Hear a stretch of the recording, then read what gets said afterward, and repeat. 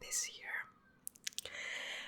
As we come up to the end of the year, something that happens to me, unfortunately, is that I get into a bit of a reading slump. It's happened to me several times, and I realize that if I don't get out of it, then I, end up going into the new year in a reading slump, and that's a big no-no. I've noticed this happening especially when I get to my reading goal ahead of time. Like this year, I gave myself the challenge of reading 50 books. 50 books felt like doable, but a challenge for sure. But I ended up completing that in August, around August. So therefore, I feel like I was less motivated, and then I also traveled, as you know. So anyways, one thing led to another, and I fell into a reading slump. And since this is something very common in our reading journey, I thought today we would discuss how to get out of a reading slump. Because there is nothing worse than trying like many different things and nothing working. And I feel like after all these years, I came up with a perfect recipe for me, for myself, and I thought I would just share it. Methods that I use every year when this happens. Okay, let's get into it. Whenever I think about a reading slump, the first thing I want to do is ask myself, what kind of slump is this? And kind of look into the anatomy of the slump. Okay, this is gonna get weirdly technical maybe, but that is how I do things. I analyze it and try to come up with a solution, right? So this method has been working for me for years, and it's a simple method. I think this is something we all do without realizing it, but the thing that's the most important to me whenever I'm in a reading slump is to analyze the anatomy of the slump. So understand what kind of slump I'm in, because there's different kinds to me. Five different kinds of reading slumps that I have observed. First one is a 5-star slump. So you've read a 5-star book, maybe even 6 stars book, and now nothing hits the same. Nothing seems as interesting. Maybe you've tried reading different anticipated releases or predicted 5 stars, and you've picked up some books and you read like 5-10% of 10 different books, and now nothing hits the same. You're not interested in any of these books. You're still thinking about that last book you read, that last 5-star, 6-star god tier book you read, and just you're stuck on it. That is our post 5-star slump, and that is possibly not the most common for me, but the second most common, I would say, because I have a hard time getting over the feelings a 5-star gives me unless I find at least like I get into a book that is at least a 4-star, and then maybe that can work out for me. But I think the post 5-star slump is quite common for me. So the solution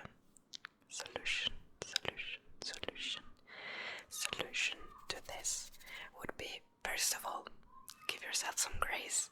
Obviously, you found a new favorite. It's gonna take a while to get over it. It's gonna give you all the feels. So give yourself some grace. Maybe take up the book again and skim through it.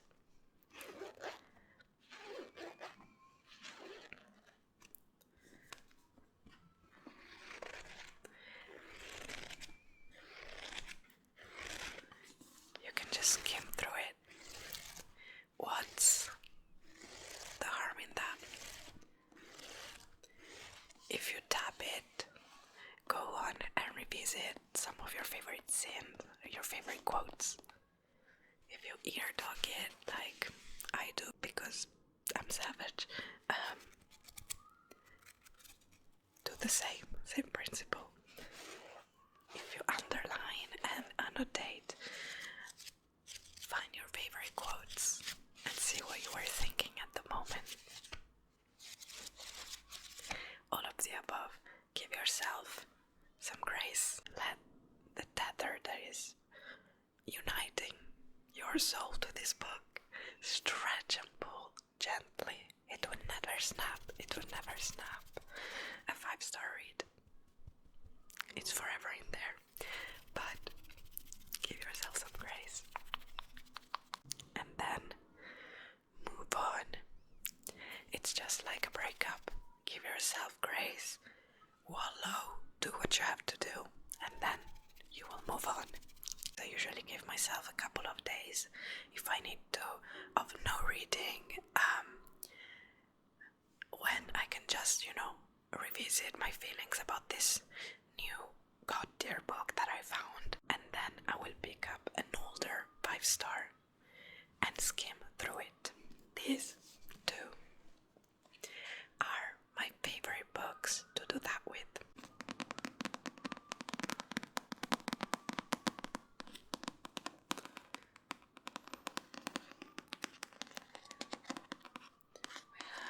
Powerless.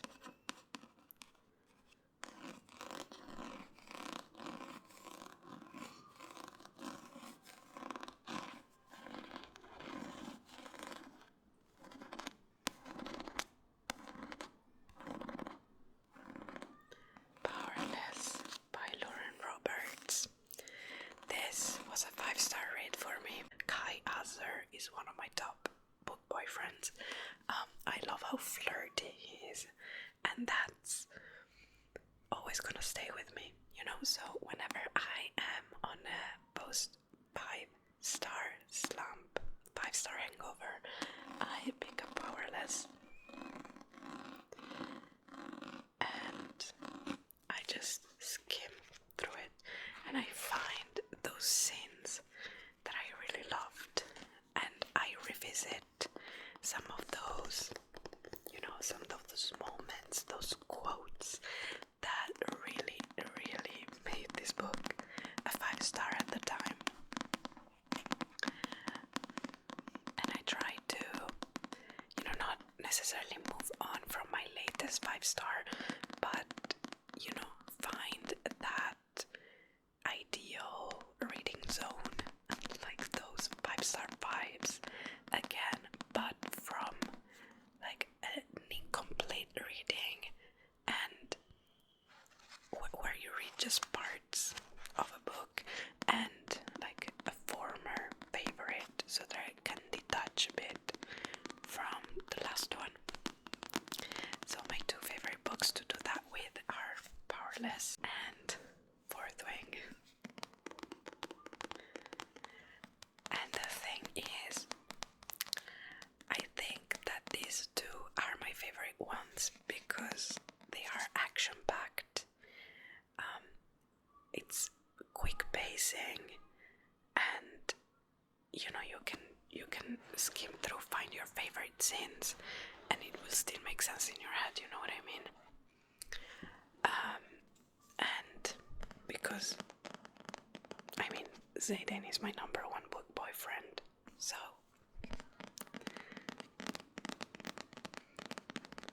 you need to pick up a book that's featuring some of your favorite characters or tropes, and with a quick pacing, so that you can push yourself to the other side of the slump. So yeah, that is Fourth Wing by Rebecca Yarros. Sometimes I will go in and revisit my favorite scenes from all 3 books of the Empyrean series that are out. And then I will fall down the rabbit hole of like theories and stuff, and I distract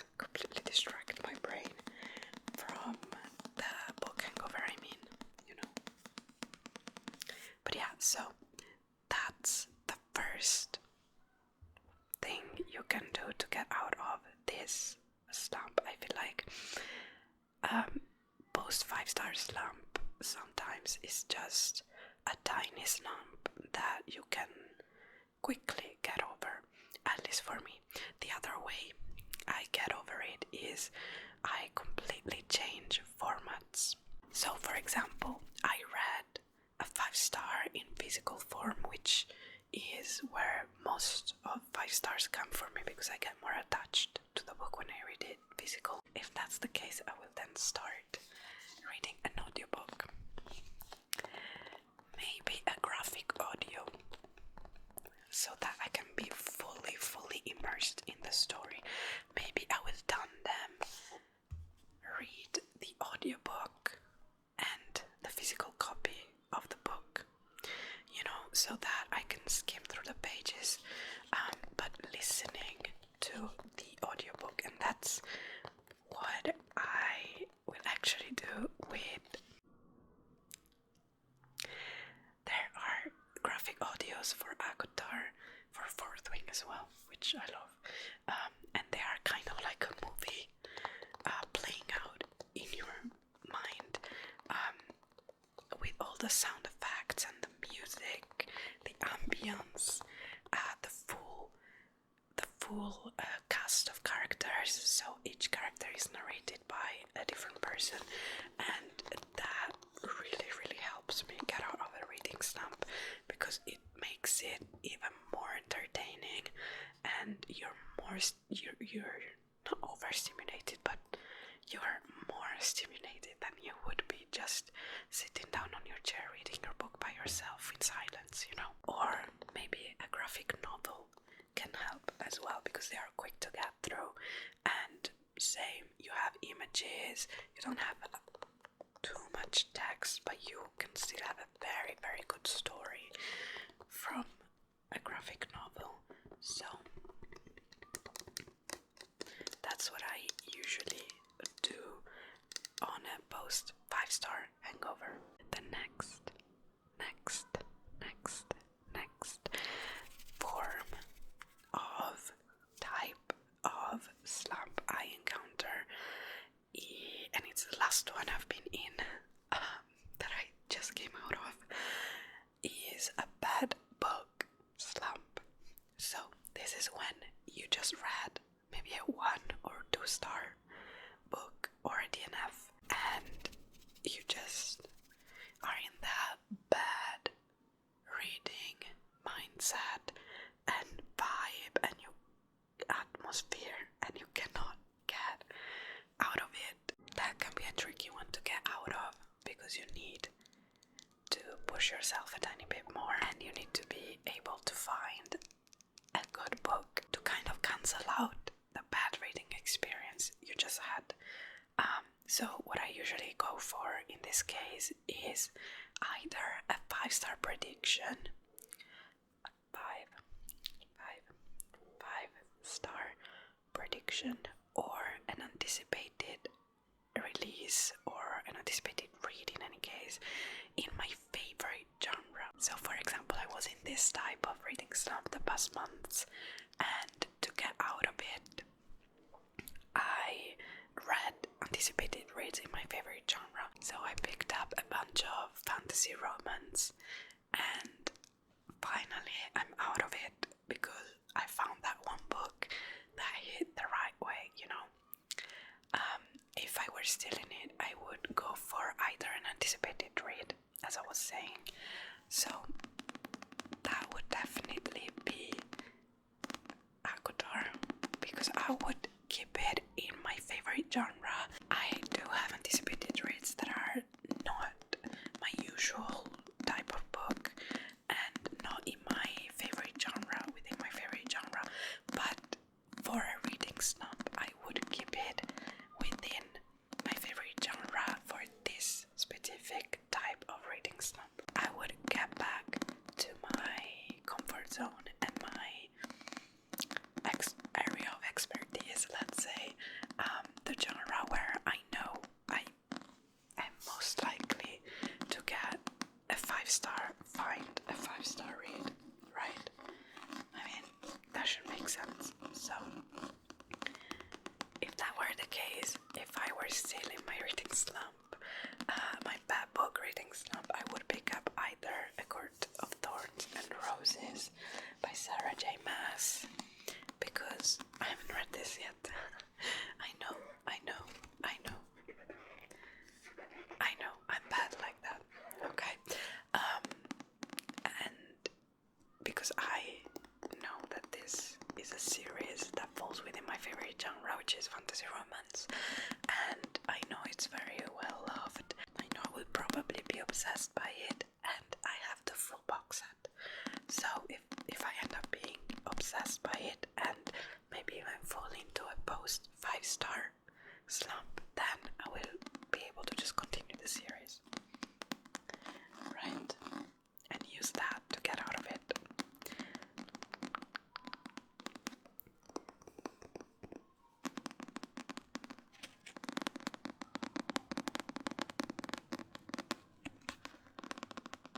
So that would be an option. Another option would be an anticipated read. Now, this doesn't necessarily have to be in your favorite genre, at least in my opinion, in my experience. It doesn't necessarily have to be in your favorite genre, but there has to be some elements to it that you know for sure you'll love. Some tropes. An author you know you love. One of your favorite authors. So for example, for me that could be Atmosphere by Taylor Jenkins Reid, or another one of her books, or an Ali Hazelwood, or, an Emily Henry. I wouldn't steer too far away from your favorite genre, because you need a book that is gonna be good for you. You need a 4-star or above to compensate right now. So, and that is the only way you get out of this, in my experience. So, pick up a book that is either in your favorite genre or your favorite genre but with a twist. So this is perfect for me because it's a fantasy, but it's a gothic fantasy, which I don't read a lot of, but it does have some of my favorite tropes in it. So that's important to consider.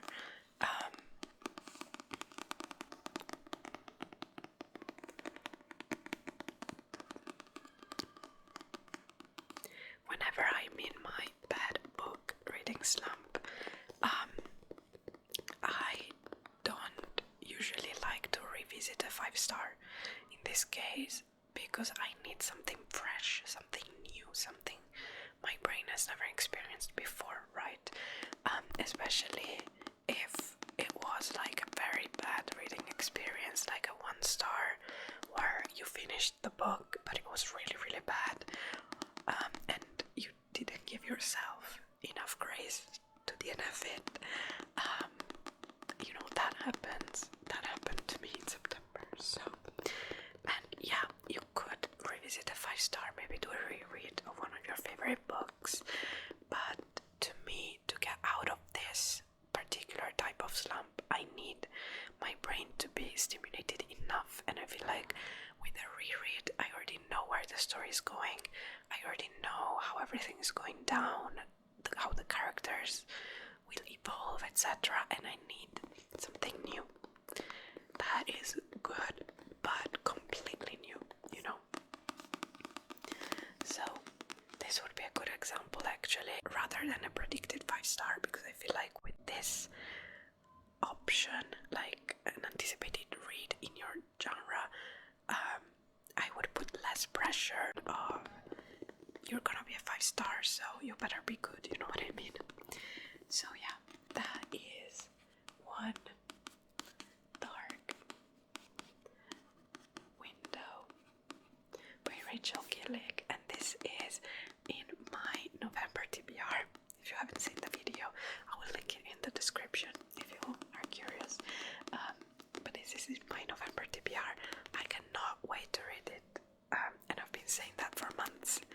So yeah, I feel like November is the right moment because it gets gloomy and darker, and that's the good vibe. I also have the second book in this, so just as Akotar, if I get obsessed, then I can just continue on with the duology and get it over with.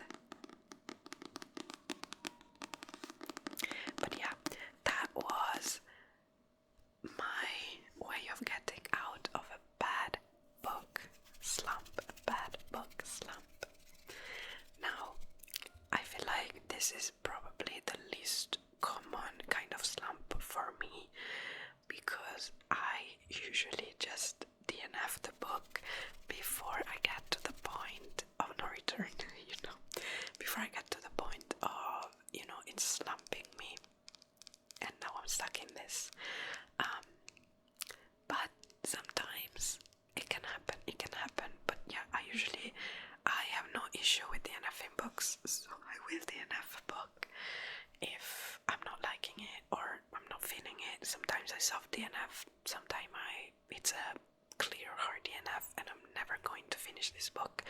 So yeah, that happens even with books that people love and the majority of the reviews are 5 stars. Sometimes a book is just not for you, you know, so there's nothing wrong with that. Moving on, the third type of reading slump is the genre fatigue reading slump. Now this, I feel like it's very common, especially with the change of the seasons. So once summer is over and we've all read a bunch of romances and lighter, fluffier books, getting into a new season, if we do not indulge our new mood and keep staying within that genre, then we're gonna end up in a genre fatigue reading slump. This happens to me, especially as I was saying at the end of summer going into fall, where I know I want more fantasy. I will feel like reading more fantasy and darker stories, but there's a lot of fall romances coming out, and I fall into the trap of, you know, reading a fall romance. So then that creates genre fatigue because I've been reading romance the whole summer, and I might fall into a bit of a slump. Usually this is a very easy slump to get out of for me. It doesn't last more than a few days to a week, because I just need to get over myself and open that fantasy book, you know. Sometimes it can be intimidating switching up your genre like that, but if you're in the mood for it, just go for it, you know what I mean. So the solution for this would be, first of all, to let yourself mood read. What I did in October is that, since I was in a reading slump, I did not give myself a TBR for the month of October. Let yourself mood read. Even if usually you thrive on TBRs, let yourself mood read out of this slump, because otherwise you're gonna get stuck on it, and the whole time you need to give yourself grace. It's normal to fall into a slump, and you know, there's a way out. There is always a way out. Even if it takes a year, there is a way out. I think I talked about this in my first ever YouTube video. I fell into the longest reading slump of my life a few years ago, where for I think 3 years I didn't really read. I read like maybe 1 book a year, maybe. I thought I outgrew my love for books, and that is just something that doesn't happen. If you're a reader, you will be a reader your whole life. That's what I strongly believe. Just your reading taste will change. Maybe it will completely shift with the seasons of life and the phases of life you're in, but there is always a way out of a slump. So yeah, give yourself some grace and give yourself the time to mood read, and also take your time with the book you pick, because sometimes you want to read 5 million books, and so we try to read faster and faster, but give yourself the time. Time is important. Time is the best thing you could ever gift yourself with anything in life, and there is no taking back the experience of reading a book for the first time. Imagine this is one of your 6 stars. You don't know it yet, but if you speed read it, you will never get the experience of reading it for the first time back. So for the love of God, take your time.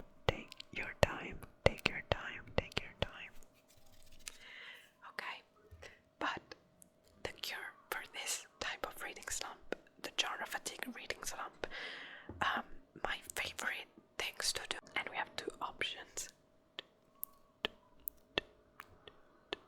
options again. My favorite things to do would be either a genre blend or a genre twist, or a favorite creator's 5-star in a completely different genre. So this is because you have genre fatigue, right? You've been reading one of your favorite genres back to back to back, and now you can't read this anymore. You have genre fatigue. It happens. So if you need the comfort of knowing I still will like this book because it's within a genre I like, and I'm sure I like the tropes in it, just that reassurance there, then a genre blend or a genre twist would be perfect for you. And by that, what do I mean? Okay, for example, I have 2 examples here. We have a cozy fantasy.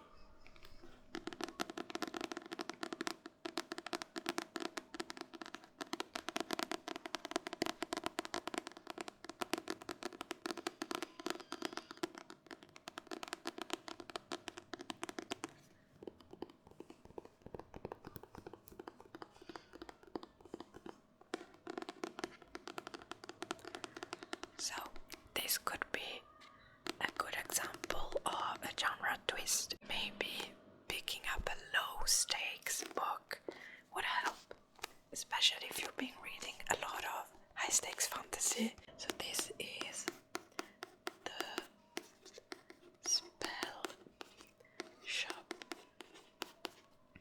The Spell Shop by Sarah Beth Durst. You also have Emily Wiles' Encyclopedia of Fairies. That is another popular one in this genre. You have DJ Clune. So that is a good example of a genre twist. It's your favorite genre, but done a completely different way, right? Even maybe like a magical realism book could work well. The other one I had here is Magnolia Parks.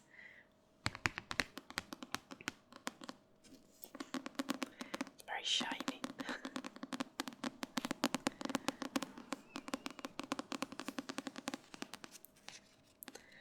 Magnolia Parks by Jessa Hastings. Because I truly believe these books to be a genre blend. I wouldn't classify it as purely romance. This feels a lot like drama and women fiction and romance, a blend of a bunch of different elements. It's a character study, that's for sure. So to me this feels like a genre blend. So if you've been reading a lot of romance during the summer, like light-hearted, fluffy romances, and you feel that genre fatigue, maybe pick up a book like this that is still technically considered a romance, but it completely defies the rules of the genre. So it's toxic relationships. There is no HEA, happily ever after. At least not in this first book.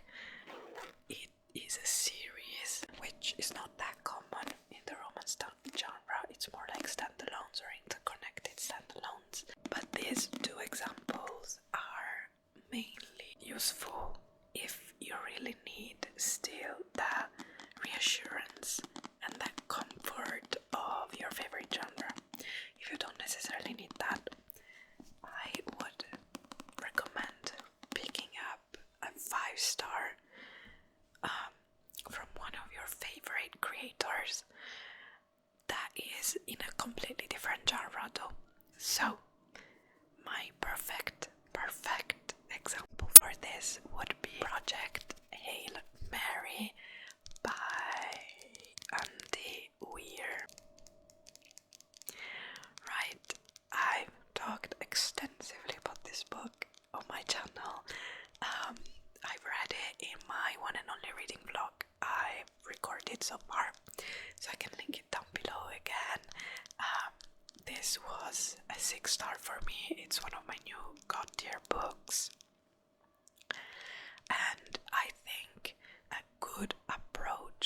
the sci-fi genre, a kind of book that anyone would like. Anyone can like this book. You can find yourself in bits and pieces of these characters and this story. The way it's narrated is great because it's not a linear timeline. The writing is great and it's just so heartfelt. Anyone would love this. It's a good way to step your foot into a new genre. I feel like I've used this method of picking up a favorite creator's 5-star in a different genre before, and now it's becoming one of my favorite genres as well. I never thought I would say it, but sci-fi is slowly stealing my heart. So I just think like there's so many, just like fantasy, there's so many things you can do with sci-fi, and there's so much social commentary you can do, just like dystopic literature. So that's how I would get out of a genre fatigue slump. And moving on to our fourth type of slump that I've identified in my reading experience, that is the nothing inspiring reading slump. This is when you're not in a reading slump per se. You still feel the love for reading that you've always did. You want to pick up a book, but nothing feels interesting. You know, you're browsing through the books you have, or even on your want to read list, nothing feels enticing, nothing captures your attention, and maybe you even start reading a book or two and it doesn't work out. So there's only really 2 cures for this. So the first one is maybe to revisit a favorite book or series, but in a different format. So maybe, as I was saying before, maybe pick up the audiobook, the graphic audio on the graphic novel versions of this. A lot of like classics from the Hunger Games Twilight era are making a comeback in graphic novel format. So I feel like that could be a great idea because it's also a quick read. Or the only other cure for this really is to go to the bookstore, go to a completely new section and just browse a section you're comfortable with, obviously. So for me that would be either general fiction or sci-fi, maybe a mystery thriller, nothing that intimidates you, and just browse. Let your eye catch on some cover you like, pick up the book, read the back, and find a book that you've never heard of before and go from there. That is really the only cure, because if nothing is interesting, you need to step out of your comfort zone a bit and find something new, something that will stimulate you. This is actually how I found Terrestrial History, and it ended up being a 5-star for me. So, you know, once again, let yourself step out of the normal way you do things and the normal way your reading experience would go, and I'm sure you will find something great. I love finding new gems. I love finding books no one talks about. Maybe even browse, you know, if you have Kindle Unlimited, you can browse your Kindle Unlimited books and find, you know, like an indie published book in your favorite genre or something like that. That feels completely different and new and original, and go from there. But I feel like that's really the only cure for this kind of slump, and it's also a fairly easy slump to get out of if you let yourself discover new things, you know, and don't push yourself to read a book you don't really find interesting at the moment, even if you know you're going to like it, because maybe it has your favorite tropes, maybe you've seen people who have a similar reading taste, rated 5 stars, etc. If it's not the moment and it doesn't sound interesting at that time, don't force yourself. Go out and look for something new.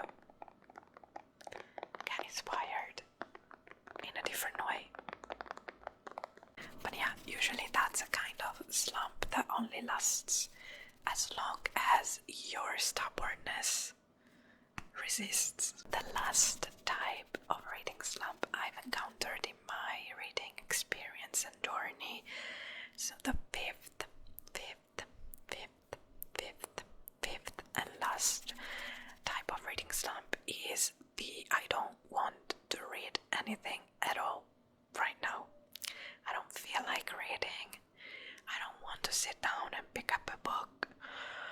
Just, you don't feel like reading. Get overwhelmed by the starting a new book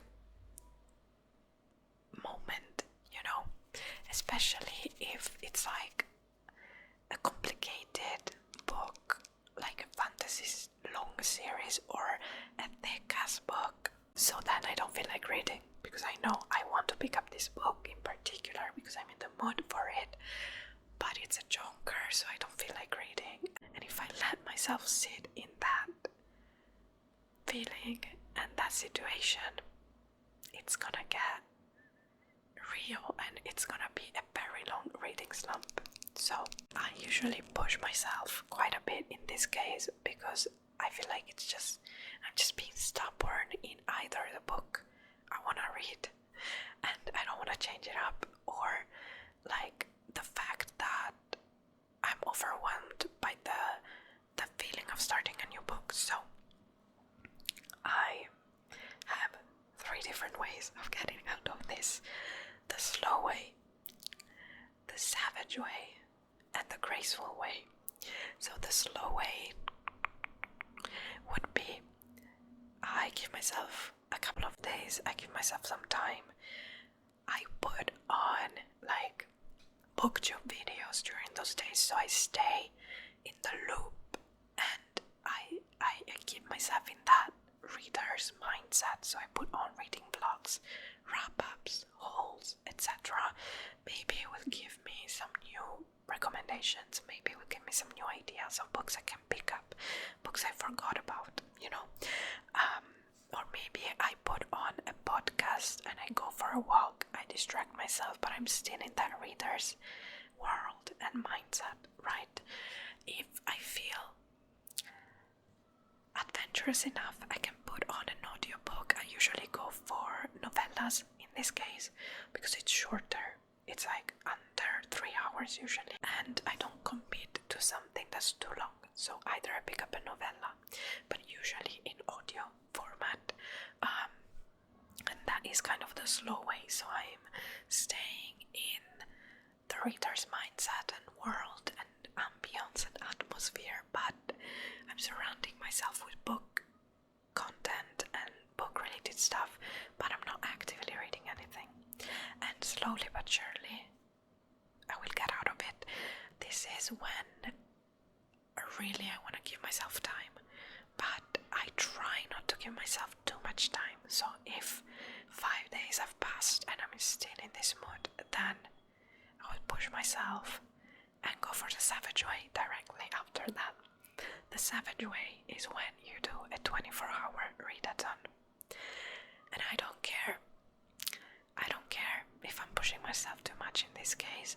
24 hours, I can just read half a book. I can read half a book, I can read 1, I can read 3, I can read 5. I don't care. I'm reading for 24 hours, right? So maybe I will read a novella to start with, because it's less intimidating to get into, then pick up maybe a shorter book and then go for the chunk. You know what I mean? But I push myself in this case, because otherwise procrastination will beat my ass. So that is the slow way and the savage way. The savage way, you do a 24-hour readathon, whether you romanticize it, go for a weekend getaway, do a book retreat with your friends, or go buy new books for the readathon, or you just whatever vibe you go for. I usually like to romanticize starting a new book at the maximum, but if you don't want to give yourself too much time, because I know the feeling, you should give yourself some time, but too much time is too much, because then you just fall into procrastination, as I was saying. So if you want to push yourself a bit, but not go straight for the savage way, because it can be quite, intense, then opt for the graceful way. The graceful way is a blend of the two. It's when, you set, for example, a timer of 30 minutes, an hour, a day, whatever, where you sit down and you read, or go out for a walk with an audiobook, listen to the book instead. That can be like an in-between. So yeah, those are the 3 ways I usually get out of I don't feel like reading at all slump. And those were the five